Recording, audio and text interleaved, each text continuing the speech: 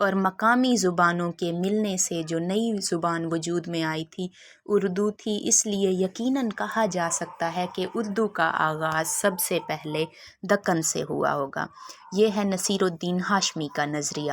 ویسے تو انہوں نے بہت طویل ایک کتاب لکھی ہے، لیکن میں نے صرف چند سطروں میں اس کا نچوڑ بتا دیا آپ کو، کہ اسی بنا پہ وہ کہتے ہیں کہ دکن میں ہی اردو کا آغاز دکن سے ہی ہوتا ہے۔ اچھا، کچھ امپورٹنٹ MCQs ٹائپ سوال لکھ لیں۔ ایک کتاب ہے مغربی بنگال میں اردو زبان اور اس کے مسائل، اس کے مصنف ہیں شانتی رنجن بھٹاچاریہ۔ زبان کے تنوع کا اندازہ کرنے کے لیے محی الدین قادری زور کی کتاب ہندوستانی لسانیات۔ ہندوستانی لسانیات کے مصنف ہیں محی الدین قادری زور، یہ بھی لکھ لیجئے۔ نیکسٹ دیکھتے ہیں ہم اردو اور اردو کا بازار۔ میر امن لسانیات کے ماہر تو نہیں تھے، مگر باغ و بہار کے دیباچے میں اردو کے آغاز اور تشکیل کے بارے میں جو کچھ انہوں نے لکھا اس سے کئی ماہرین بھی متفق نظر آتے ہیں۔ اب ایک دو سینٹنس کو پڑھ کے پتہ چلتا ہے کہ باغ و بہار کا دیباچہ میر امن نے خود لکھا تھا۔ یہ ایک سوال ذہن نشین کر لیں، باغ و بہار کا دیباچہ کس نے لکھا تھا؟ میر امن دہلوی نے۔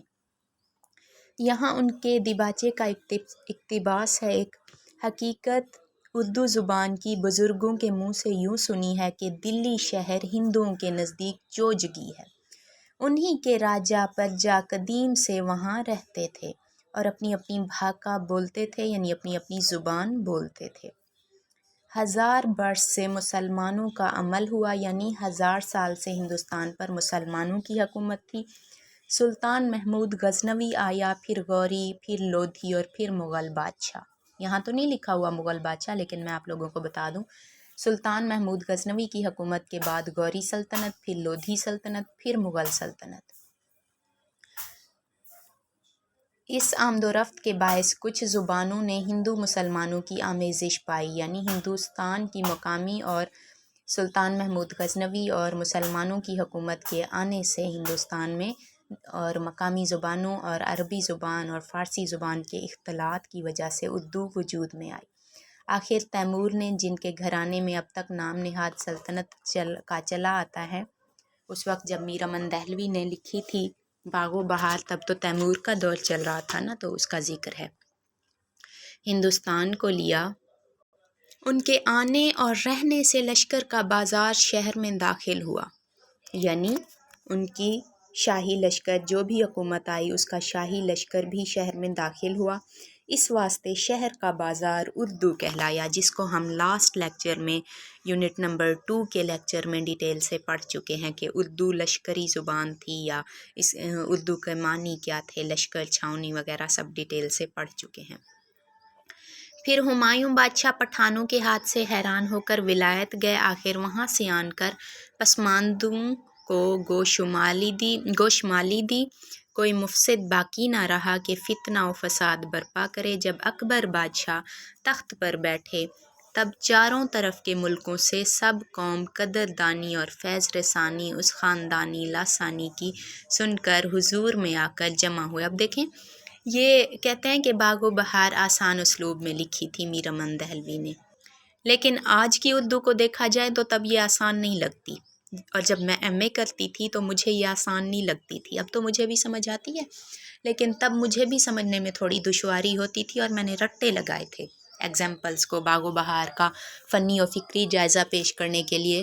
باغ و بہار کے اقتباس، وہ خواجہ سرپرست وغیرہ کی زبانی جو مثالیں دی گئی تھیں کتاب میں، اور بھی بہت ساری تھیں، ان کو میں نے رٹایا تھا کیونکہ عجیب عجیب لفظ تھے، مجھے سمجھ ہی نہیں آتے تھے۔ میں چاہتی ہوں کہ کوئی ہو جو باغ و بہار کو دوبارہ سے آسان انداز میں لکھے، لیکن ہر ایک کی گویائی اور بولی جدی تھی، یعنی جدا جدا تھی۔ اکٹھے ہونے سے آپس میں لین دین، سودا سلف، سوال و جواب کرتے ایک زبان اردو کی مقرر ہوئی، یعنی مختلف بولیوں کے آپس میں ملنے سے اردو وجود میں آئی۔ میر امن دہلوی کا یہ طویل اقتباس اس درجے سے درج کیا جاتا ہے، یعنی درج کرنے کی وجہ یہ ہے کہ اس سے ملتے جلتے خیال کا اظہار انشا نے بھی دریائے لطافت میں کیا تھا۔ یہی نہیں بلکہ مغربی ماہرین میں سے گارسان دتاسی، سر چارلس لائل گیریرسن اور جان بیمز وغیرہ سبھی نے مغل حکومت میں، اور وہ بھی بالعموم شہنشاہ اکبر کے عہد سے، اس کا آغاز تسلیم کیا۔ اب غور کیجئے، اگر پیپر میں سوال آ جائے کہ اردو زبان کا آغاز مغل دور اسپیشلی شہنشاہ اکبر کے دور سے ہوتا ہے، یہ نظریہ کس کا ہے؟ میر امن دہلوی کا، گارسان دتاسی کا، انشا کا، سر چارلس کا، گیریرسن کا، جان بیمز کا؟ ان میں سے کسی کا نام بھی آ جائے اور باقی ڈیفرنٹ ہوں تو آپ نے چوز کر لینا ہے، یا ان میں سے کسی تین کے نام دے کے آگے لکھا ہوا ہو یہ تمام، تو اس تمام والے کو ہی چوز کر لینا ہے۔ اچھا جی، ان تمام ماہرین کے بموجب مغل پرچم تلے ہندوستان کے مختلف علاقوں کے لوگ اور خاص طور سے فوجی جب اردو یعنی فوجی چھاؤنی میں جمع ہو کر اکٹھے رہنے پر مجبور ہوئے تو روزمرہ کے میل ملاپ، سماجی روابط اور عام بول چال میں طرح طرح کے الفاظ آپس میں مکس ہونے لگے اور ایک کام چلاؤ زبان نے جنم لیا۔ ظاہر سی بات ہے، سب کی زبانیں مختلف تھیں تو انہوں نے آپس میں میل ملاپ، کاروبار، لین دین سب کرنے تھے۔ ایک دوسرے سے جب سب بولتے گئے تو آہستہ آہستہ ایک دوسرے کی بولیوں کا تھوڑا سا شعور آتا گیا کہ اس کا کیا مطلب ہے، اس کا کیا مطلب ہے، اور اسی طرح مختلف زبانیں آپس میں مکس ہوئیں تو ایک نئی زبان وجود میں آئی اور اس کا نام اردو رکھا گیا۔ اردو شمالی ہندوستان کی وہ بولی ہے جس نے عہد اکبری کے اردو بازار میں مختلف زبانوں کی آمیزش سے جنم لیا۔ یہ کن کا نظریہ ہے؟ میر امن دہلوی کا، سر چارلس کا بھی، گیریرسن کا بھی، جان بیمز کا بھی، اور دریائے لطافت کے مصنف انشا کا بھی، کہ اردو کا آغاز عہد اکبر سے ہوتا ہے۔ اچھا جی، نیکسٹ دیکھتے ہیں، عبدالصمد سارم نے اپنے ایک مقالہ اردو کس طرح اور کن لوگوں میں پیدا ہوئی، یہ حوالہ دیا ہے عبدالرحیم خانِ نے۔ بس آپ اتنا لکھ لیجئے کہ اردو کس طرح اور کن لوگوں میں پیدا ہوئی، یہ مشہور مقالہ عبدالصمد سارم نے لکھا ہے۔ برج بھاشا کی بیٹی، اردو کا آغاز برج بھاشا سے ہوتا ہے، یہ کس کا نظریہ ہے؟ محمد حسین آزاد کا۔ محمد حسین آزاد آب حیات میں لکھتے ہیں کہ اتنی بات ہر شخص جانتا ہے کہ ہماری اردو زبان برج بھاشا سے نکلی ہے، اور برج بھاشا خاص ہندوستانی زبان ہے، لیکن وہ ایسی زبان نہیں کہ دنیا کے پردے پر ہندوستان کے ساتھ آئی ہو، یعنی جیسے عرب حکومت آئی، محمود غزنوی آئے، یا محمد بن قاسم دوسرے ملکوں سے آئے، یا فرغانہ سے آئے بابر، یا عربوں کی تجارت کے ذریعے دکن میں آئی۔ اس طرح سے وہ کہتے ہیں اردو نہیں آئی، بلکہ ہندوستان کی زبان برج بھاشا سے ہی اردو نکلی ہے۔ اس کی عمر 800 برس سے زیادہ نہیں، اور برج کا سبزہ زار اس کا اپنا وطن ہندوستان ہے۔ جبکہ حافظ محمود شیرانی کی ایک تصنیف جو انہوں نے 1928 میں شائع کروائی تھی، اس میں وہ لکھتے ہیں کہ اردو برج بھاشا سے نہیں نکلی، کیونکہ جس زمانے میں اردو کا آغاز ہوا تو برج بھاشا تو خود اس وقت ارتقاء کی منازل طے کر رہی تھی، یعنی برج بھاشا کی اپنا وجود اس وقت بنیادی مراحل میں تھا، لہٰذا اردو اور برج بھاشا میں ماں بیٹی کا تعلق نہیں، یعنی برج بھاشا سے اردو نہیں نکلی، بلکہ یہ دونوں بہنیں ہو سکتی ہیں، کیونکہ یہ دونوں اس وقت ترقی کی منازل طے کرنے میں لگی ہوئی تھیں، دونوں کی بنیادی وقت تھا۔ تو کچھ امپورٹنٹ سوال جو کہ پیپر میں گھوم پھر کے آئے ہوئے ہوتے ہیں، مطلب سیم ہی ہوتا ہے۔ اردو اور برج بھاشا میں ماں بیٹی کا تعلق ہے، کس نے کہا؟ محمد حسین آزاد نے۔ کیوں؟ کیونکہ برج بھاشا سے اردو نکلی ہے تو ماں سے بیٹی ہی نکلتی ہے، یہ نظریہ اس طرح سے سوال پیپر میں گھما کے دے دیا جاتا ہے تاکہ اگر صرف MCQs کی بکس کو رٹا لگایا ہوا ہے تو کینڈیڈیٹ کامیاب نہ ہو۔ اردو اور برج بھاشا بہنیں ہیں، یہ کس نے کہا تھا؟ حافظ محمود شیرانی نے۔ آگے دیکھتے ہیں پنجاب میں اردو۔ حافظ محمود شیرانی کی مشہور تصنیف پنجاب میں اردو میں وہ لکھتے ہیں کہ اردو کی جنم بھومی یعنی ابتدا کے سلسلے میں غالباً سب سے مشہور نظریہ حافظ محمود شیرانی کا ہے۔ پنجاب میں اردو ان کی کتاب 1928 میں لکھی گئی۔ اس میں وہ لکھتے ہیں کہ جبکہ اس سے قبل نصیر الدین ہاشمی کی دکن میں اردو 5 سال پہلے شائع ہو چکی تھی، مگر جہاں تک نئے مباحث چھیڑنے اور لسانی نزاعات کا تعلق ہے تو محمود شیرانی کی یہ کتاب لسانی تحقیقات کے ٹھہرے پانی میں ایک بھاری پتھر ثابت ہوئی۔ جب نصیر الدین ہاشمی نے اپنی کتاب دکن میں اردو علامہ اقبال کو بھیجی تھی تو علامہ اقبال نے ان کی اس کاوش کی بڑی تعریف کی تھی اور ساتھ یہ بھی کہا تھا کہ پنجاب میں ابھی کچھ پرانا مسالہ موجود ہے، اگر اس پر تحقیق کی جائے تو محققین کے لیے نئی راہیں کھلیں گی۔ اس سے ثابت ہوتا ہے کہ علامہ اقبال کو بھی معلوم تھا کہ پنجاب سے اردو کا آغاز ہوتا ہے۔ انہوں نے بھی اس طرف اشارہ دیا تھا کہ آپ دکن میں اردو کی انہوں نے تعریف تو کی تھی حافظ نصیر الدین ہاشمی کی تصنیف کی، ساتھ یہ بھی کہا تھا کہ اگر پنجاب میں بھی پرانا مسالہ موجود ہے، اگر اس کو بھی تلاش کرنے کی کوشش کی جائے تو محققین ادب کے لیے نئی راہیں کھلیں گی، یعنی کچھ نظریہ مختلف ہو سکتا ہے۔ اقبال کے اس قول سے بھی پنجاب میں اردو کی اہمیت کا اندازہ لگایا جا سکتا ہے۔ لاسٹ لیکچرز میں نے آپ لوگوں کو پڑھایا بھی تھا کہ 1857 کے بعد اردو کی ترویج و اشاعت کے لیے اہم مرکز پنجاب کا دل لاہور قرار پایا تھا۔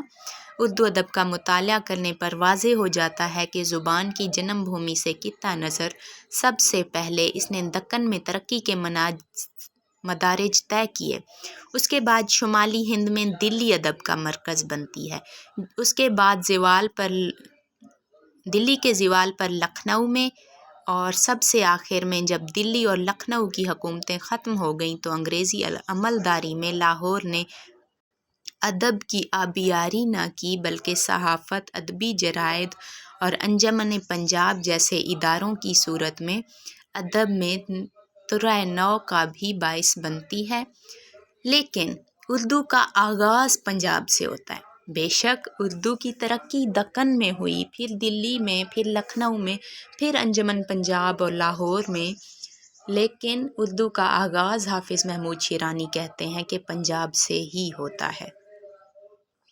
دلی اور لکھنؤ کے شعراء اور اہل علم کی ایک اہم ترین خصوصیت رہی ہے کہ انہوں نے اپنی زبان کے علاوہ کسی بھی علاقے کی زبان کو تسلیم نہیں کیا۔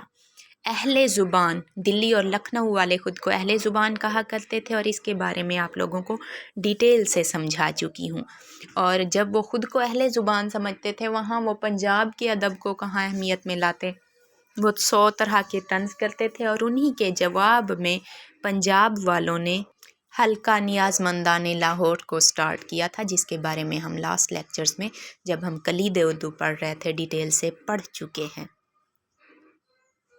ہاں، یہ آ گیا نیچے اقبال کا فرمان، غالباً پنجاب میں بھی کچھ پرانا مسالہ موجود ہے، اگر اس کے جمع کرنے میں کسی کو کامیابی ہوگی تو مورخ اردو کے لیے نئے سوال پیدا ہوں گے۔ اس کے بعد بہت سارے مقالہ جات بھی ہیں پنجاب میں اردو کے لیے، جن کو میں چھوڑ رہی ہوں، آپ لوگوں نے سمجھنے کے لیے پڑھنا ہو تو پڑھ لیجئے گا۔ حافظ محمود شیرانی کی تصنیف سے پہلے بہت سارے لوگوں نے مقالے لکھے تھے پنجاب میں اردو کے لیے کہ اردو کا آغاز پنجاب سے ہوتا ہے۔ نیکسٹ دیکھتے ہیں ہم پنجاب میں اردو کے سلسلے میں شیر علی سرخوش کا تذکرہ اعجاز سخن بھی خاص اہمیت رکھتا ہے۔ اس تذکرے کا سن اشاعت کنفرم نہیں، لیکن کہا جاتا ہے کہ شاید یہ 1924 کی شروعات میں لکھا گیا ہو، کیونکہ مولوی عبدالحق کا اس کتاب پر تبصرہ پر رسالہ جو شائع ہوا تھا وہ اپریل 1924 میں شائع ہوا تھا۔ آگے دیکھتے ہیں، لکھ لیجئے۔ تذکرہ پنجاب میں اردو کے سلسلے پر تذکرہ اعجاز سخن کے مصنف شیر علی سرخوش ہیں۔ لاسٹ لائن پہ دیکھیں، خود حافظ محمود شیرانی نے بھی پنجاب میں اردو کے پیش لفظ عرض حال میں اعجاز سخن کے حوالے سے اس بات کا اعتراف کیا۔ پنجاب میں اردو کا پیش لفظ کس نے لکھا؟ خود حافظ محمود شیرانی نے۔ میں نے لاسٹ لیکچرز میں بتایا تھا کہ دیباچہ پیش لفظ یا مقدمہ کیا ہوتا ہے۔ جب کسی بھی تحریر کا ابتدائی حصہ، جس میں کتاب کیسے لکھی گئی، کن کن مراحل سے گزرا، مصنف کتاب لکھتے ہوئے مالی مدد کس نے کی وغیرہ لکھا جاتا ہے، کسی بھی تحریر کے شروع میں چند اوراق پہ یہ تحریر ہوتی ہے جس میں کتاب کا تعارف، مصنف کا تعارف، کتاب کے موضوعات اور کتاب کو لکھتے وقت مصنف کن کن مراحل سے گزرا، کتاب لکھنے کا پس منظر کیا ہے، کیوں لکھی گئی، مالی معاونت کس نے کی، یہ سب لکھا ہوتا ہے۔ اسے پیش لفظ بھی کہتے ہیں، مقدمہ بھی کہتے ہیں اور دیباچہ بھی کہتے ہیں۔ تحریر وہی ہوتی ہے، تھوڑے سے فرق سے چینجنگ ہو جاتی ہے۔ اگر مصنف خود لکھے تو وہ پیش لفظ ہوگا، جیسے پنجاب میں اردو کے پیش لفظ کو خود حافظ محمود شیرانی نے لکھا عرض حال کے عنوان سے۔ اور اگر کوئی دوسرا لکھے کسی تحریر کے شروع کی کسی بھی کتاب کے شروع کی یہ تحریر تو اسے دیباچہ کہیں گے، اور اگر اس میں تنقیدی عنصر پایا جائے تو اسے مقدمہ کہیں گے۔ خود حافظ محمود شیرانی نے پنجاب میں اردو کے یہاں ایک دو سوال نوٹ کیجئے۔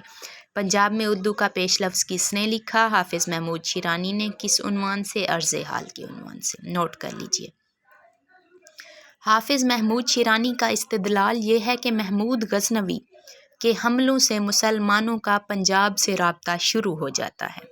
محمود غزنوی نے جب پنجاب کے ہندو راجا کی مسلسل بدعہدیوں کی وجہ سے تنگ آ کر 1022 میں اسے غزنی حکومت میں شامل کیا، محمود غزنی نے حملہ کیا تھا نا ہندوستان پر، پھر انہوں نے اپنی حکومت قائم کی تھی، تو سب سے پہلے اس نے لاہور کو اپنا صدر مقام یعنی دارالخلافت بنا کر اس کا نام محمد پور رکھا تھا اور صوبے دار بنایا تھا عزیز کو۔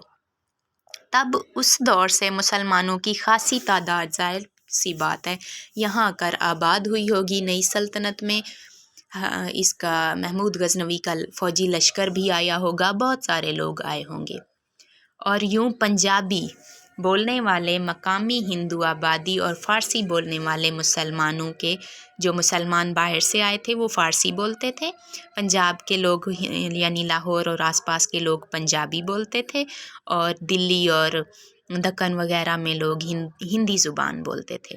تو ان زبانوں کے جب آپس میں مخلوط ہونے کی وجہ سے نئی زبان وجود میں آئی تو پنجاب میں وجود میں آئی، کیونکہ وہاں نئے لوگ شروع میں آئے تھے۔ ہندوستان کے ہندو اور مسلمان ہندی اور پنجابی پہلے سے بول رہے تھے، وہاں نئے مسلمان آئے، محمود غزنوی کے حملے سے نئی سلطنت آئی اور وہ زبان تھی ان کی فارسی، اور جب وہ نئے لوگ آئے تو انہوں نے مقامی لوگوں سے رابطے استوار کیے، اس طرح مختلف زبانیں آپس میں مکس ہوئیں اور نئی زبان وجود میں آئی جو کہ اردو ہے سب سے پہلے۔ اس لیے حافظ محمود شیرانی نے کہا ہے کہ پنجاب سے اردو کا آغاز ہوا، کیونکہ پنجاب میں ہی نئی حکومت محمود غزنوی کی آئی تھی اور نئی زبان آئی تھی جس کے ساتھ مقامی لوگوں نے اختلاط کیا تھا۔ سمجھ آ گیا آپ لوگوں کو؟ آئی ہوپ اچھے سے سمجھ آ گیا ہوگا۔ حافظ محمود شیرانی کی تحقیق کے مطابق اردو کے پہلے شاعر ہیں مسعود سعد سلیمان۔ یہ صاحب دیوان تھے لیکن اب ان کا دیوان ناپید ہو چکا ہے۔ ایک کتاب ہے اسلام کا ہندوستانی تہذیب پر اثر، اس کے مصنف ہیں تارا چند۔ آگے دیکھتے ہیں ہم، یہاں ایک لفظ لکھا ہوا تھا، یہیں کہیں ابھی میری نظر سے گزرا ہے، ماپلا، پتہ نہیں کہاں تھا۔ اس کے معنی ہے ایک ممتاز لڑکا یا دلہا۔ آگے دیکھتے ہیں، دکن میں اردو کو ہم پڑھ چکے ہیں آلریڈی، اس کا مختصر سا تعارف میں بتا چکی ہوں کہ نصیر الدین ہاشمی نے اپنی کتاب دکن میں اردو کا آغاز دکن سے کن شواہد کی بنا پہ کیا تھا۔ دکن میں اردو بھی ہو گیا، پنجاب میں اردو بھی ہو گیا، اور اردو کا آغاز مغل سلطنت کے دور اکبر شہنشاہ کے عہد سے ہوتا ہے۔ اس کے بارے میں بھی ہم پڑھ چکے کہ یہ کن لوگوں کے نظریات تھے۔ دکن پر پہلا حملہ کس نے اور کب کیا تھا؟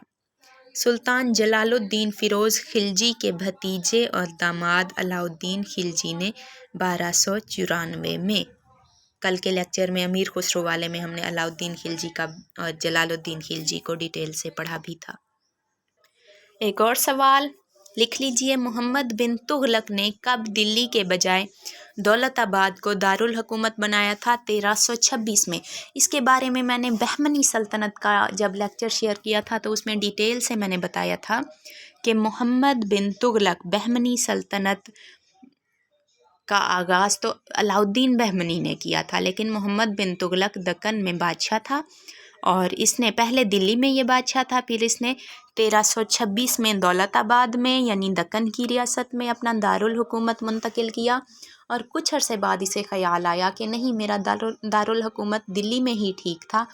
تب اس نے دولت آباد کی جو بادشاہی تھی اس کا صوبے دار بنایا تھا ظفر حسین کو، جو اس کا خاص بندہ تھا محمد بن تغلق کا، اور خود دلی دوبارہ واپس چلا گیا تھا اور دلی کو، لیکن ظفر نے پھر اپنا نام علاء الدین گنگو بہمنی رکھ کے علاء الدین سلطنت کی بنیاد رکھی تھی، اور بہمنی سلطنت کی بنیاد رکھی تھی اور اپنا نام چینج کر لیا تھا علاء الدین بہمنی۔ یہ ڈیٹیل سے اس پہ لیکچر پڑھ چکے ہیں ہم لوگ، یہ اسی کا ذکر ہے کہ محمد بن تغلق نے کب دلی کے بجائے دولت آباد کو دارالحکومت بنایا تھا؟ 1326 میں۔ آگے پڑھتے ہیں ہم، کدھر چلا گیا ہمارا پیج، سندھ میں اردو۔ سندھ میں اردو کا نظریہ کس کا ہے؟ سندھ کی وادی ہماری متحدہ زبان کا پہلا گہوارہ ہے، یہ سلیمان ندوی نے کہا تھا نقوش سلیمانی میں۔ سلیمان ندوی کہتے ہیں، جو کہ شبلی نعمانی کے شاگرد تھے، لکھ لیجئے، شبلی نعمانی کے شاگرد تھے سلیمان ندوی، نقوش سلیمانی ان کی تصنیف ہے، اور یہ کہتے ہیں کہ مسلمان سب سے پہلے سندھ میں پہنچے تھے۔ محمد بن قاسم نے جب دیبل کو فتح کیا تھا تب سب سے پہلے مسلمان سندھ میں آئے تھے، اس لیے قرینِ قیاس ہے کہ جس کو آج ہم اردو کہتے ہیں اس کا آغاز سندھ سے ہوا ہوگا، کیونکہ جب مسلمان سندھ میں آئے تھے تو انہیں سندھ کی تہذیب و ثقافت اور وہاں کے لوگوں سے میل ملاپ کرنے کے لیے ان کی زبان سیکھنا پڑی، اور عربی، فارسی اور مقامی زبانوں کے آپس میں مکس ہونے سے اردو وجود میں آئی، اس لیے یہ کہتے ہیں سلیمان ندوی کے اردو کا آغاز سندھ سے ہوا تھا۔ اعجاز الحق قدوسی کے مطابق سندھ میں اردو کا پہلا شاعر کون تھا؟ لکھ لیجئے، عبدالحکیم عطا ٹھٹوی سندھ میں اردو کا پہلا شاعر تھا، اور یہ نظریہ ہے اعجاز الحق قدوسی کا۔ سندھ میں اردو شاعری نبی بخش خان بلوچ کی کتاب ہے۔ اردو کا آغاز سندھ سے ہوا، یہ کس کا نظریہ ہے؟ یہ سلیمان ندوی کا بھی ہے، یہ نبی بخش خان بلوچ کا بھی ہے، اس کے علاوہ حسام الدین راشدی کا بھی ہے۔ حسام الدین راشدی کی تصانیف ہیں مقالات راشدی، اردو زبان کا اصلی مولد سندھ، اور سندھ کے اردو شعراء، یہ سید حسام الدین راشدی کی تصانیف ہیں، یہ بھی لکھ لیجئے۔ اور یہ ان سب کا سیم نظریہ تھا کہ سب سے پہلے عرب مسلمان سندھ میں آئے تھے، اس لیے اردو کا آغاز سندھ سے ہوتا ہے۔ آگے کچھ امپورٹنٹ MCQs ٹائپ سوالات بتاتی ہوں، وہ نوٹ کر لیجئے آپ لوگ۔ بنگال میں اردو کے مصنف ہیں وفا راشدی، لکھ لیجئے اسے، اور مشرقی بنگال میں اردو کے مصنف ہیں سید اقبال عظیم۔ ادبیات سرحد کے مصنف ہیں فارغ بخاری، اور بلوچستان میں اردو کے مصنف ہیں انعام الحق کوثر۔ ایک اور کتاب ہے اردو زبان کا ارتقاء، اس کے مصنف ہیں شوکت سبزواری۔ اس میں یہ کہتے ہیں کہ اردو ہندوستان میں بولی جانے والی قدیم ویدک بولیوں میں سے ایک بولی ہے۔ اب یہ کہتے ہیں کہ اردو کا آغاز قدیم ویدک بولیوں سے ہوتا ہے جو کہ میرٹھ اور اس کے گرد و نواح میں بولی جاتی تھیں، انہی میں سے اردو کا آغاز ہوتا ہے۔ یہ کس کا نظریہ ہے؟ شوکت سبزواری کا، لکھ لیجئے۔